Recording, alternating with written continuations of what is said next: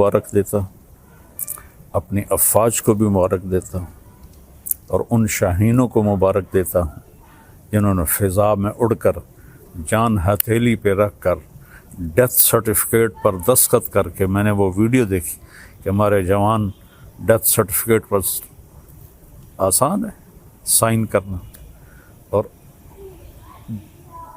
ہمارا ایک جہاز تھا، ان کے 10 جہاز تھے، ان کا ہر نشانہ خطا گیا، ہمارے سارے نشانے صحیح لگے۔ یہ ہے نصر من اللہ و فتح قریب۔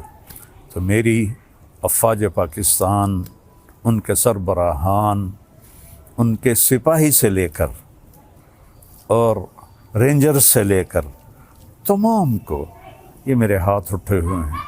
اللہ آپ کو سلامت رکھے، اور اللہ اس ملک کو سلامت رکھے، اور اس میں امن قائم ہو، اس میں مذہبی اختلاف ختم ہو۔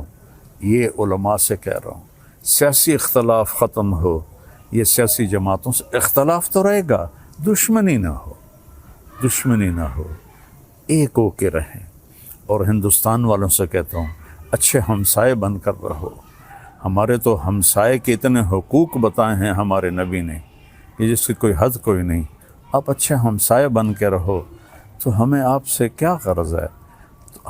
آپ کا بھی نفع ہے، ہمارا بھی نفع ہے کہ ہم اس نفرت سے اور اس جنگ سے باز رہیں۔ اللہ کی قسم، مسلمان کسی سے نفرت نہیں کرتا، سب سے اس کے دل، سب کے لیے اس کے دل میں ہمدردی ہوتی ہے۔ یہ نفرت سے توبہ کریں۔ کوئی مذہب، آپ اپنی کتابیں پڑھیں، کہیں آپ کو کوئی نفرت کا بول نظر آئے، آپ اپنی وید پڑھیں، کہیں آپ کو نفرت کا بول نظر آئے، بائبل پڑھیں، کہیں آپ کو نفرت کا بول نظر آئے، تو میری سب سے گزارش ہے کہ امن سے رہیں، صلح سے رہیں۔ حکمرانوں سے اپیل ہے کہ یہ جو ایک سیاسی انتشار ہے، اس کو اللہ کے واسطے ختم فرما دیں تاکہ ہم ایسے ہو کے رہیں۔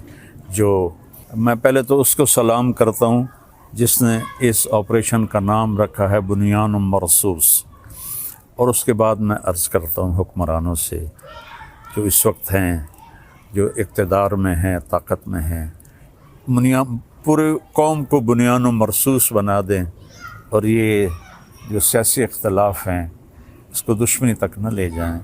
لوگوں کو آزادی دیں کہ آزادی سے وہ سیاست کر سکیں، تو ہم پھلیں گے، پھولیں گے، اور آخر تو ایک دن چلے جانا ہے۔